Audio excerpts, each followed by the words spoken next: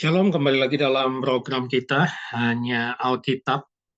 Dan hari ini saya ingin memberikan satu pembelajaran mengenai nama Allah di dalam Alkitab. Ya, nama Tuhan di dalam Alkitab kita. Nah, kalau teman-teman selama ini membaca Alkitab sudah bertahun-tahun, maka ketika kita melihat Alkitab kita, ya, yang diterjemahkan oleh Lembaga Alkitab Indonesia, kita sering dibingungkan ada begitu banyak perbedaan-perbedaan nama. Nah, misalnya yang saya tampilkan di layar sebagai judul kita nih. Ada Allah yang semuanya huruf besar, ada Allah yang A-nya huruf besar, ada Allah yang A-nya huruf kecil. Nah, ini El dan Elohim ini nanti dalam bahasa Ibrani-nya akan dijelaskan juga. Lalu ketika itu, setelah itu teman-teman juga akan melihat ada Tuhan T-nya huruf besar, dan ada Tuhan semuanya huruf besar. Ya. Bahkan nanti teman-teman akan ketemu juga Tuhan Allah digabung begitu. Nah, itu apa maksudnya semua? Nah, ini akan berkaitan juga dengan sebutan YHWH atau orang Yahudi menyebutnya Adonai. Nah, jadi hari ini saya ingin memberikan pembelajaran singkat, ya, tentu tidak secara mendalam. Teman-teman bisa melihat postingan-postingan rekan-rekan lain yang sudah pernah membahas ini atau jurnal-jurnal teologi yang pernah membahas ini. Kita mencoba memahami makna penulisan Allah dan Tuhan yang berbeda-beda di dalam Alkitab. Kenapa mesti dibedakan? Ada yang huruf besar, ada yang awalannya huruf besar, ada yang awalannya huruf kecil. Kenapa ada Allah, ada Tuhan? Nah, ini kenapa? Hari ini kita akan coba belajar, dan teman-teman kiranya bisa diberkati lewat penjelasan singkat ini, dan tentu untuk mendalam, teman-teman bisa menelitinya lebih jauh lagi. Baik. Nah, di awal saya ingin mengatakan Allah itu cenderung kepada gelar, ya. Allah itu cenderung kepada gelar, sedangkan Tuhan itu adalah nama, ya. Tentu nama dari Sang Divine itu, Sang Ilahi itu. Jadi sering sekali di Alkitab itu Allah itu cenderung kepada gelarnya, Tuhan itu adalah namanya, walaupun nanti ada sebutan seperti YHWH itu tidak menunjuk gelar atau nama. Ya, itu hanya seperti uh, identitas sang ilahi saja. Nah, ini kita perlu tahu di awal dulu ya. Allah itu gelar karena nanti akan berkaitan juga dengan dewa-dewa dari bangsa asing, ya, yang disebut juga Allah atau ilah, dan Tuhan itu adalah namanya. Nah, gitu ya. Jadi ini supaya kita mengerti dulu dari kerangka berpikirnya, walaupun ini sulit sekali untuk kita terima, wah, kenapa Allah itu gelar ya, sedangkan kita sering juga menyebut Allah gitu ya, atau Tuhan. Kita sendiri dalam doa kita sering bergantian, Allah Tuhan, Allah Tuhan. Nah, tapi kita perlu tahu, Tuhan itulah yang menjadi namanya, diberi nama untuk uh, Sang Ilahi itu. Nah, teman-teman bisa melihat di sini, ini adalah L, ya, L atau Allah, A-nya huruf kecil, L, ya, Allahnya huruf kecil, A-nya huruf kecil atau L. Nah, ini apa? Kalau teman-teman ketemu A huruf kecil, ini adalah ilah atau sesembahan dewa bangsa asing, ya. Jadi sebenarnya kalau pakai terjemahan lama ini sering diganti juga menjadi dewa begitu, tetapi LAI mengatakan dewa rasanya kurang tepat karena dewa nanti akan menyinggung kepada agama-agama rekan kita yang memiliki banyak dewa. Jadi ilah. Jadi kalau A-nya huruf kecil ini diperuntukkan kepada ilah atau sembahan dewa bangsa asingnya. L itu memang Allah, artinya L, Allah ya.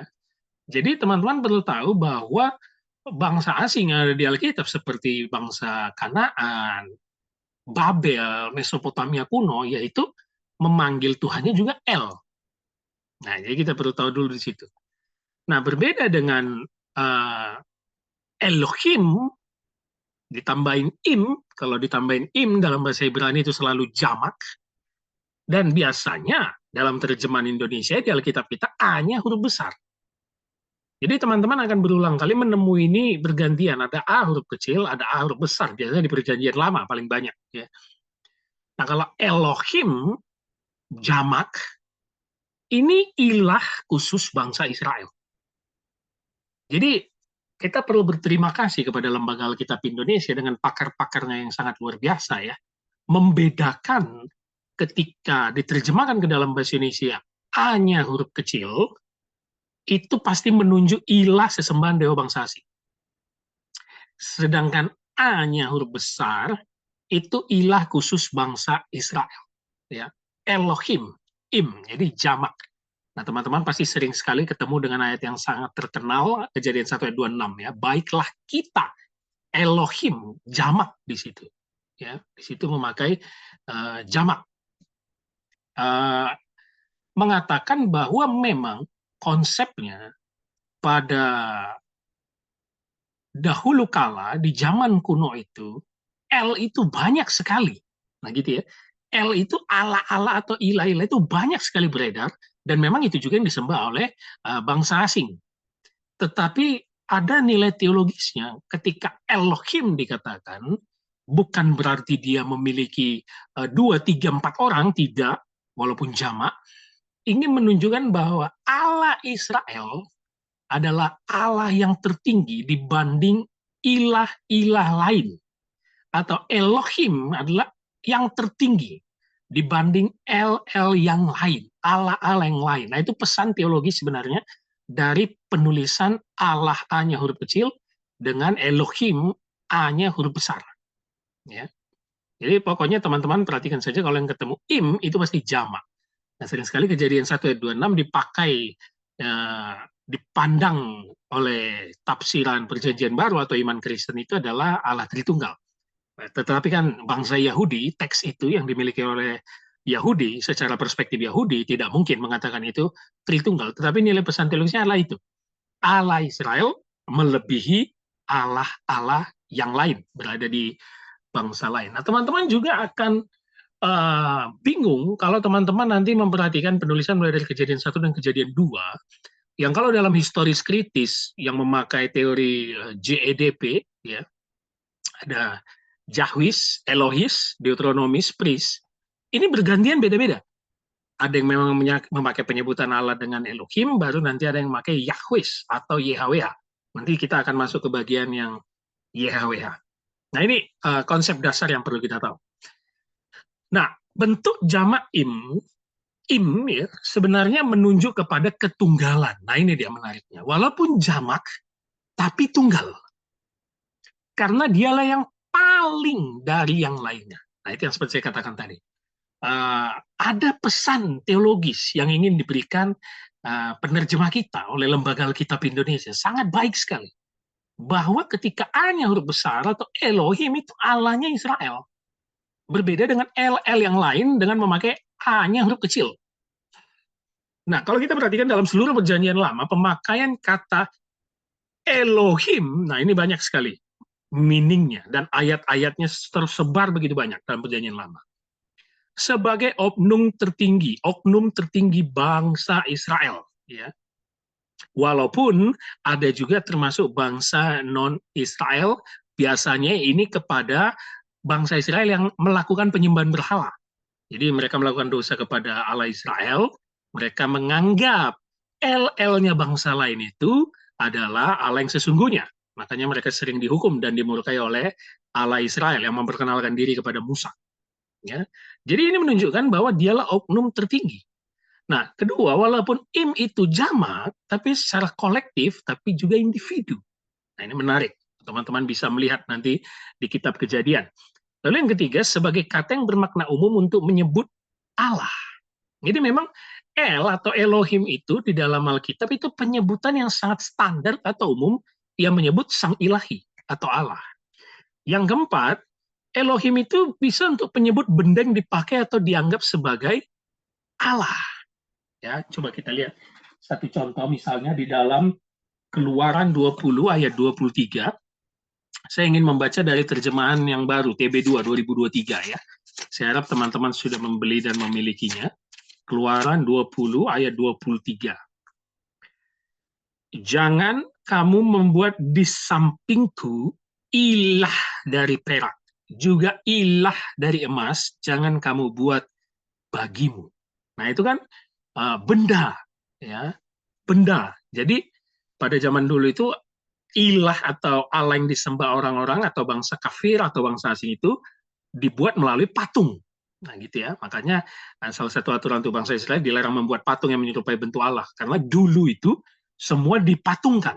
Nah, jadi dia bisa juga sebagai kata benda, gitu ya.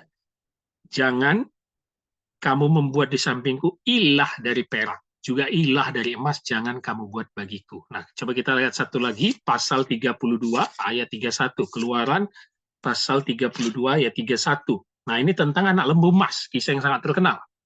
Ayat 31 berkata, lalu Musa kembali menghadap Tuhan dan berkata, kumohon Tuhan, bangsa ini telah berbuat dosa besar dengan membuat ilah dari emas bagi dirinya. Jadi memang ilah itu, Elohim itu penyebutan umum untuk sebuah yang ilahi, divine, atau juga dianggap Allah oleh bangsa-bangsa asing. Ya. Nah, misalnya yang tadi poin kedua, kolektif tapi individu, ya, jamak tetapi individu. Misalnya Kejadian 24 ayat 12. Saya bacakan untuk kita semua, Kejadian 24 ayat 12. Kejadian 24 ayat 12 bunyinya seperti ini.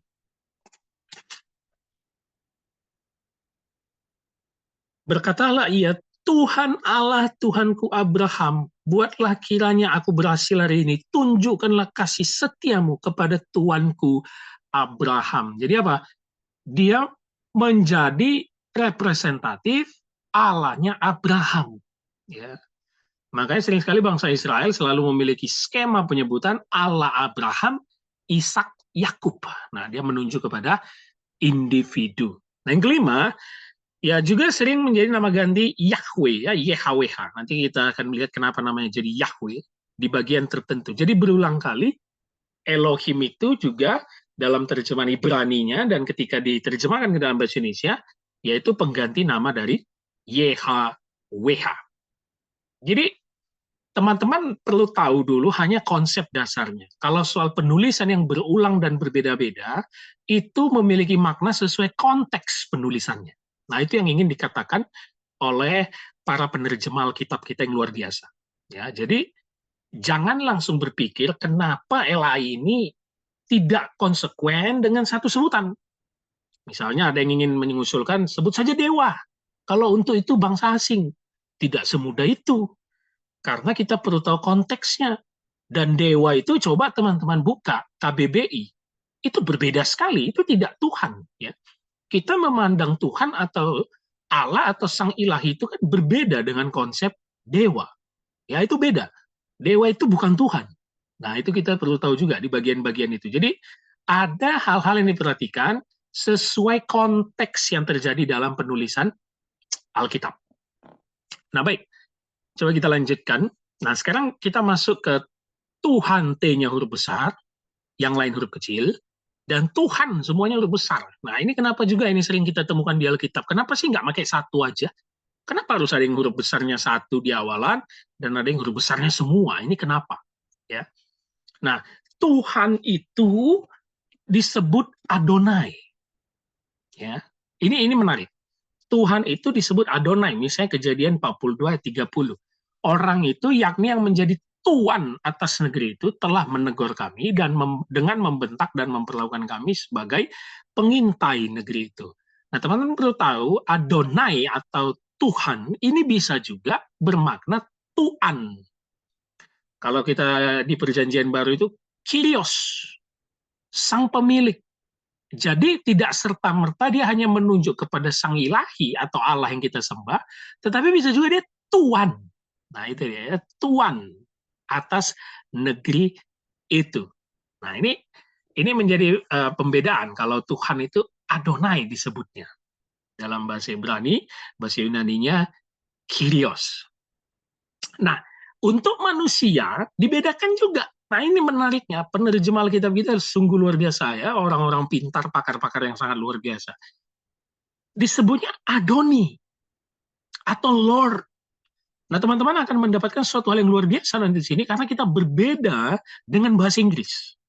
Saya tampilkan dulu ayatnya, Kejadian 2:36. Dengarlah kepada kami Tuanku, ini menunjuk kepada manusia, ya. Tuanku, sama seperti ini tadi ya. Tuan atas negeri itu. Tuanku ini seorang raja agung di tengah-tengah kami. Ini namanya Adoni. Terjemahan bahasa Inggrisnya Lord. Lord itu Tuhan juga. Anggap ya. Lord itu Tuhan. Nah, kalau ingin menunjuk kepada Tuhan Sang Ilahi, Adonai, tapi untuk manusia, Adoni. Nah, di situ dibedakan dari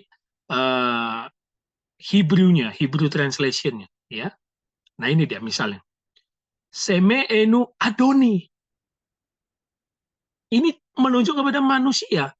Nah, kalau teman-teman lihat yang menunjuk kepada Sang Ilahi atau Tuhan yang disembah, Adonai, terjemahan Inggris memakai Lord. Jadi sama, hampir nggak ada pembedanya.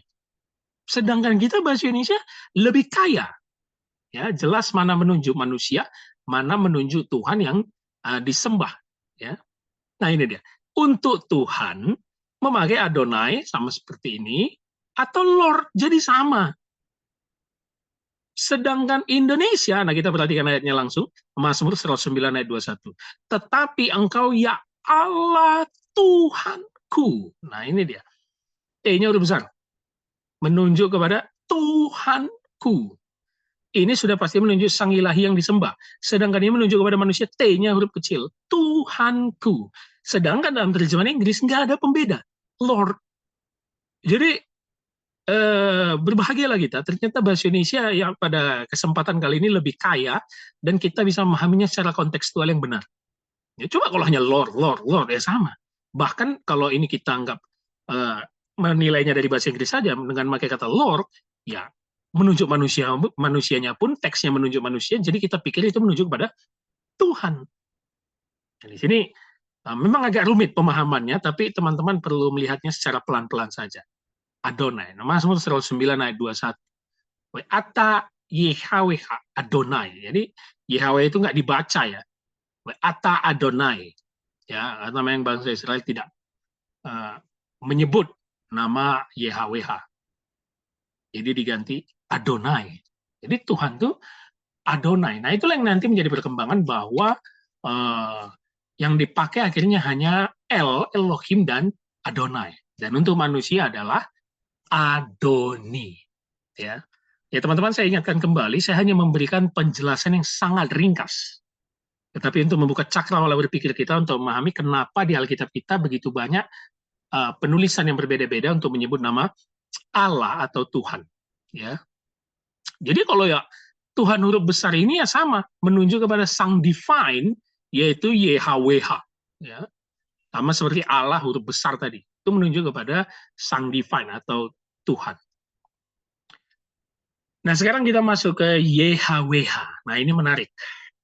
Jadi ada Elohim, Adonai, YHWH. Tapi YHWH tidak disebut. Itulah yang mendasari perintah jangan menyebut nama Tuhanku secara sembarangan.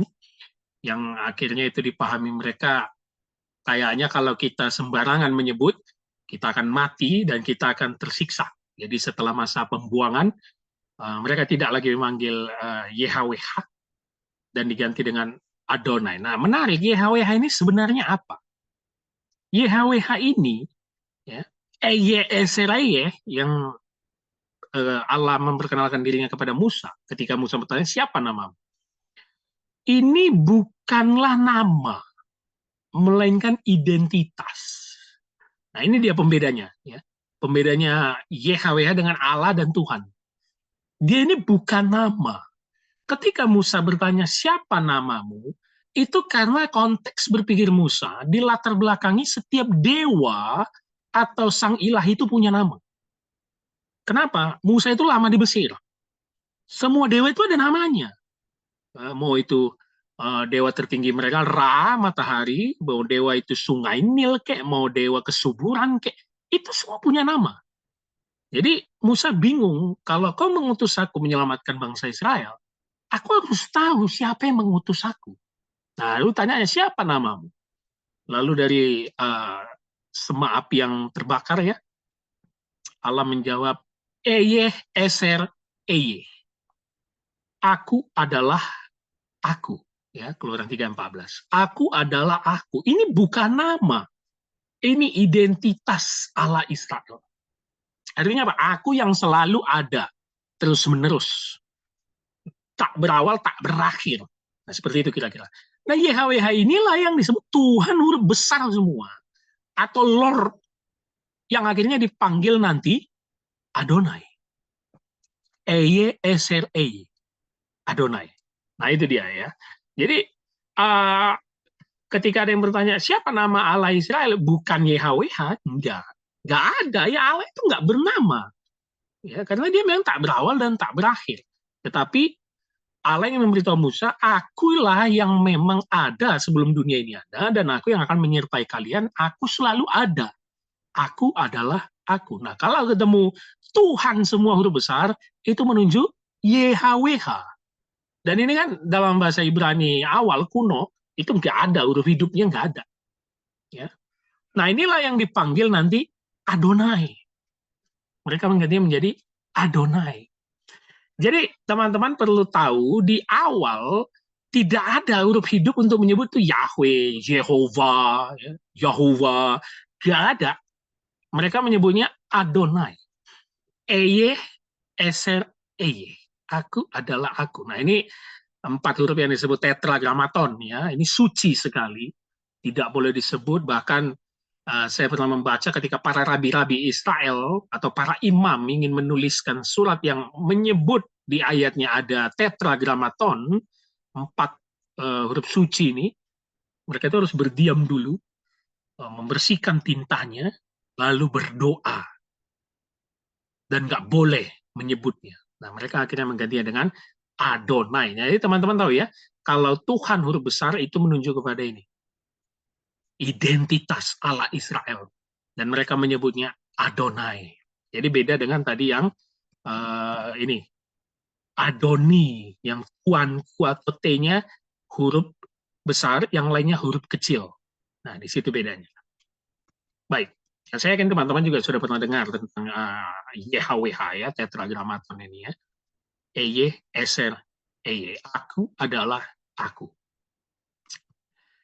Nah, dalam perjalanan sejarah selanjutnya, untuk kepentingan penulisan Ibrani, nah kita tahu teks yang kita pakai itu Masoret, ya, konsonan YHWH diberi vokalisasi.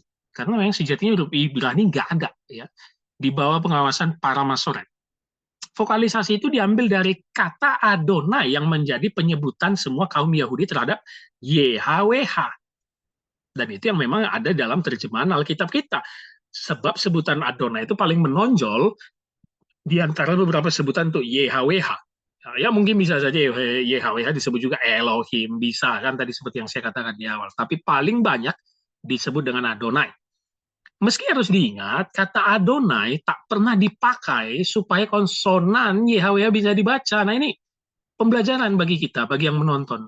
Di awal itu atau pada zaman kuno itu nggak ada orang manggil Yahweh, itu nggak ada. Ya, nggak ada. Mereka itu nggak manggil Adonai, bilangnya. Gitu. Nah, akhirnya para Masoret, kaum Masoret ini, yang akhirnya nanti menjadi rujukan kita dalam teks Ibrani, membuat YHWH bervokal sehingga menjadi Yahwah. Nah, itu halnya. Vokalisasi itu tidak memberitahukan bagaimana lafal YHWH, sebab vokal-vokal itu pada dasarnya milik kata lain dari Adonai. Nah, bila memakai vokalisasi dengan memasukkan huruf hidup dari Adonai, ya ada A, O, I, ya bisa disebut Yehwa, atau jika seluruh vokal Adonai dipakai menjadi Yahuwah. Nah, gitu ya. A, O, A. Ya. A, O, A. Yahuwah. Ini Adonai ini kan biasanya Y di sini, bukan I ya, Y. Jadi Yahuwah, Jehovah. Nah, akhirnya berkembangnya zaman dan sampai zaman kita ya semua manggilnya Jehovah. Ya. Jehovah Jireh. Jangan pikir sebutan itu dipakai oleh bangsa Israel. Nggak mungkin mereka menyebutnya Jehovah Jireh. Nggak mungkin. Ya. Karena belum ada huruf hidupnya. Jehovah Jireh itu kan kita ya. Jehovah Rapa, Jehovah Jireh. Tapi intinya sama. Pesan yang ingin disampaikan itu sebutan untuk memanggil Allahnya bangsa Israel dan Allah yang kita percaya yang berinkarnasi menjadi Yesus Kristus. Ya, itu ya. Jadi ini hanya soal bagaimana struktur penulisan yang semakin berkembang. Itu saja. Semakin berkembang dan akhirnya kaum Masorek memasukkan huruf vokal untuk dipakai dari Adonai untuk memanggil YHWH. Nah, akhirnya kita tahu ada gelar dan nama Sang Ilahi yang hari ini kita pelajari. Yang pertama El. El tadi adalah Allah atau dewa, dewi, ilahnya bangsa lain. Ya, jangan lupa bangsa Israel itu hidup dan banyak sekali mengadopsi nilai-nilai budaya dari bangsa lain. Ya, Mesopotamia kuno, Mesir, Babel, banyak sekali mengadopsi dan penulisan Alkitab kita itu terpengaruh besar oleh budaya dan cara berpikir bangsa lain. Lalu ada Allah atau dalam bahasa itunya Theos, ya, Seyunania Theos itu ilah Israel, ya, Theos. Nah, Elohim Allah bentuk jamak, tapi kalau Allah Israel yang hanya huruf besar bentuk jamak makna tunggal, satu-satunya. Ya, seperti Shema Israel, pengakuan mereka, ya syahadatnya orang Yahudi. Dengarlah bangsa Israel, Tuhanmu itu satu, ya, Esa. Itu penting sekali. Elohim, Elohenu, Elohim Echad. Shemau Israel, Elohim Elohenu, Elohim Echad. Nah, lalu tadi ada Adonai, Tuhan, yang dalam bahasa Yunani Kyrios atau Lord, dan YHWH harus dibaca juga Adonai, tapi Tuhannya menjadi huruf besar semua. Jadi kalau teman-teman ketemu Tuhan yang huruf besar, itu menunjuk sebenarnya kepada YHWH yang dibaca Adonai. Lalu dibaca Elohim, ini Allahnya huruf besar semua. Nah itu ya, jadi pembedaannya ya. Jadi ini salah satu summary-nya, supaya teman-teman tidak bingung ketika ketemu kok ada Allah huruf kecil, ada yang hanya huruf besar saja, ada yang semuanya huruf besar. Tuhan dan Allah. Jadi itu konteks, ya, bahwa bangsa Israel yang sangat terpengaruh oleh penyembahan-penyembahan berhala. Teman-teman kalau tahu, saya sudah pernah posting juga di YouTube kita Alkitab, itu berhalanya bangsa Israel perjanjian lama itu mengerikan. Ya, teman-teman bisa lihat di YouTube kita, ya, berhalanya bangsa Israel. Itu penyakit paling akut dalam perjanjian lama. Dan dalam perjanjian baru sudah hilang. Nah, gitu ya. Jadi inilah gelar dan nama yang ilahi. Nah, misalnya salah satu contoh saja ya. Keluaran 6 ayat 1. Selanjutnya berfirmanlah Allah kepada Musa. Akulah Tuhan. Lihat, A-nya huruf besar. Ini berarti ilahi yang memang sudah ada dari kitab Kejadian menunjuk kepada punyanya Israel. L-nya orang Israel. Elohim, ya. Tapi akulah Tuhan. Ini YHWH. Kalau udah semua huruf besar. Yang dibaca Adonai, ya. Coba kita lihat dalam bahasa Ibrani-nya. Wadaber Elohim, ya. Ya. El Mose Wayomer Elo Ani Yahweh. Nah, tapi nggak boleh disebut Adonai. Jadi Adonai. Elohim Adonai. Menunjuk kepada ilahnya bangsa Israel. Allahnya bangsa Israel yang kita yakini juga sebagai Allah Bapa. Ya, itu dia. Menunjuk kepada situ. Ini salah satu contoh. Nah, yang kedua, Kejadian 15 ayat 2. Abram menjawab, "Ya Tuhan Allah." Nah, ini muncul lagi. Sama ya. Tuhan Allah tapi T-nya huruf besar, yang lainnya huruf kecil, Allah-nya besar. Ya. Wayomer Abram Adonai Elohim. Nah, sekarang kalau Allah huruf besar tadi kita belajar itu Elohim. Kalau Tuhan huruf besar Adonai. Tapi itu menunjuk pada satu yang sama identitas tadi. Yahweh. Ya. Wayomer Abram Adonai Elohim. Ya. Gitu dia. Jadi T-nya ini huruf besar pasti menunjuk kepada sang divine, bukan T huruf kecil biasanya menunjuk kepada manusia, Adoni. Jadi beda ya. Nah, ini menunjuk kepada miliknya Allah Israel. Nah, ini salah satu contoh. Teman-teman bisa belajar dan mencari contoh lain di dalam teks-teks kitab suci kitab suci kita, supaya kita bisa melihat ada perbedaan-perbedaan dan makna yang ingin disampaikan di situ. Baik, kesimpulannya apa? Secara singkat ini, ya. Pemakaian yang beragam untuk kata Elohim dalam PL bisa mewakili nama pribadi Allah atau hanya sebutan generik yang berhubungan dengan Allah ilahi atau Allah bangsa-bangsa asing. Ya, menyebut dewa bangsa asing, walaupun dewa tidak dipakai seharusnya karena berbeda makna dengan Elohim atau El yang menunjuk kepada Tuhan sang ilahi. Ya, jadi uh, seharusnya tidak ada menjadi masalah. Walaupun ini menimbulkan banyak polemik sejak dari dulu di Asia pemakaian kata Allah yang berkaitan erat dengan agama saudara kita yaitu Islam. Ya, itu ada sejarahnya panjang sekali. Ya, bagaimana Islam meyakini mereka memanggilnya juga dengan Allah, ya, dengan pelafalan gaya Arabik, ya, Allah. Nah, itu penganggap ya itu punyanya Islam gitu. Nah, itu ada sejarahnya pra-Islam dan sampai kepada Islam. Teman-teman bisa baca nanti ya. Saya tidak mau masuk terlalu panjang ke dalam situ. Ya, walaupun ini tergantung bagaimana kita melihat teksnya. Bagaimana ada penyebutan Allah, A-nya huruf besar, A-nya huruf kecil. Nah, itu tergantung teksnya. Yang kedua, terjemahan Septuaginta, LXX ya, terjemahan bahasa Perjanjian Lama bahasa Ibrani ke dalam bahasa Yunani yang ada sekitar 200 sebelum Masehi, abad kedua sebelum Masehi, yang dipakai, yang diyakini dipakai Yesus dan murid-murid, tidak memakai tetragrammaton YHWH. Gak ada. Kalau kita punya Septuaginta, tidak ada memakai YHWH. Melainkan langsung menggantinya dengan Kyrios. Tuan. Ya. Lord. Kyrios. Kadang bahkan dipakai Theos. Contohnya Yesaya 6 ayat 12. Jadi bergantian Theos, Kyrios. Jadi ini nggak dianggap, ya, nggak dipakai. Kyrios bisa juga dipakai menggantikan Adonai dan Yahweh Elohim. Nah, itulah kenapa dalam perjanjian baru ketika Yesus selalu berkata, aku berkata kepadamu, ya, dia selalu menunjuk dirinya selalu, sebutan dari firman-Nya, ya betul, akulah Tuhan, akulah gurumu. Dia Kyrios. Dia Tuhan yang memang kita yakini sebagai pribadi kedua dari Allah Tritunggal, ya. Adonai dan Yahweh. Lalu ketiga, jadi Septuaginta sendiri tidak ada mempusingkan soal tetragrammatonnya. Dia langsung bergantian dengan Kyrios, Lord Tuhan, atau Theos. Theos ini untuk Allah dalam perjanjian lama. Penulis-penulis perjanjian baru mengikuti cara LXX, Septuaginta, dalam menulis nama Allah. Sebagaimana Septuaginta tidak mencantumkan tetragrammaton dan menggantinya dengan Kyrios atau Theos. Penulis-penulis perjanjian baru melanjutkan tradisi ini. Allah dengan nama YHWH tidak mendapat perhatian dari gereja mula-mula. Praktisnya, mulai abad kedua nama itu telah ditinggalkan. Jadi, yang mau saya katakan dalam pembelajaran kita yang singkat ini, jangan terlalu sibuk dengan Yahweh, Jehovah lah, apalah. Enggak. Para ahli kita di Lembaga Alkitab Indonesia menempatkan nama-nama ini tidak sembarangan. Pasti memiliki suatu makna dan konteks yang mereka yakini. Jadi bukan asal-asal gitu loh. Mereka itu para ahli.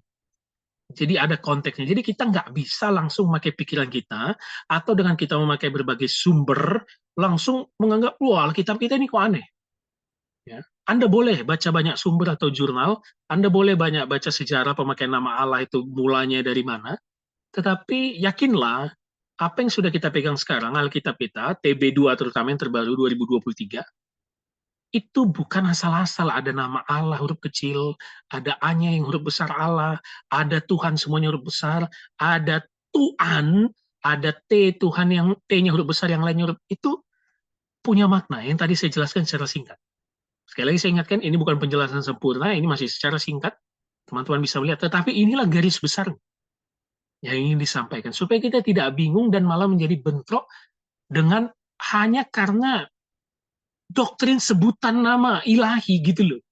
Ya, karena banyak juga perpecahan-perpecahan gereja yang hanya soal sebutan nama sang ilahi, Tuhan itu menjadi berbeda. Ya, tapi kalaupun memang mau secara umum menyebutnya Tuhan, ya better, lebih bagus, no problem. Tuhan, ya, panggillah nama Tuhan. Itu menjadi lebih baik. Nah, jadi teman-teman perlu melihat kajian-kajian lain untuk memperbandingkannya, terutama sejarah yang penyebutan nama Allah ini yang menjadi permasalahan. Sejak, kalau saya tidak salah, di Malaysia, ya, tidak boleh memakai nama ini awalnya, lalu masuk ke Indonesia, yang karena menyangkut sejarah dari saudara kita agama Islam.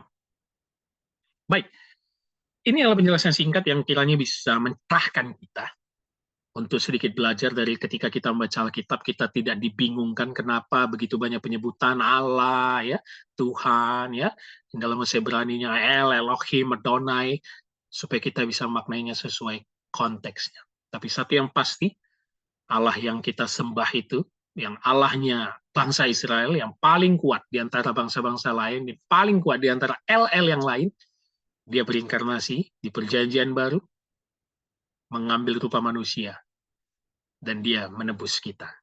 Allah Bapa, Putra, dan Roh Kudus. Dukung terus program kita, Hanya Alkitab, share kepada banyak orang, ditonton dan dipelajari. Kiranya kita dapat terus mau membuka pikiran kita untuk melihat firman Tuhan dari berbagai perspektif. Shalom, Tuhan Yesus memberkati.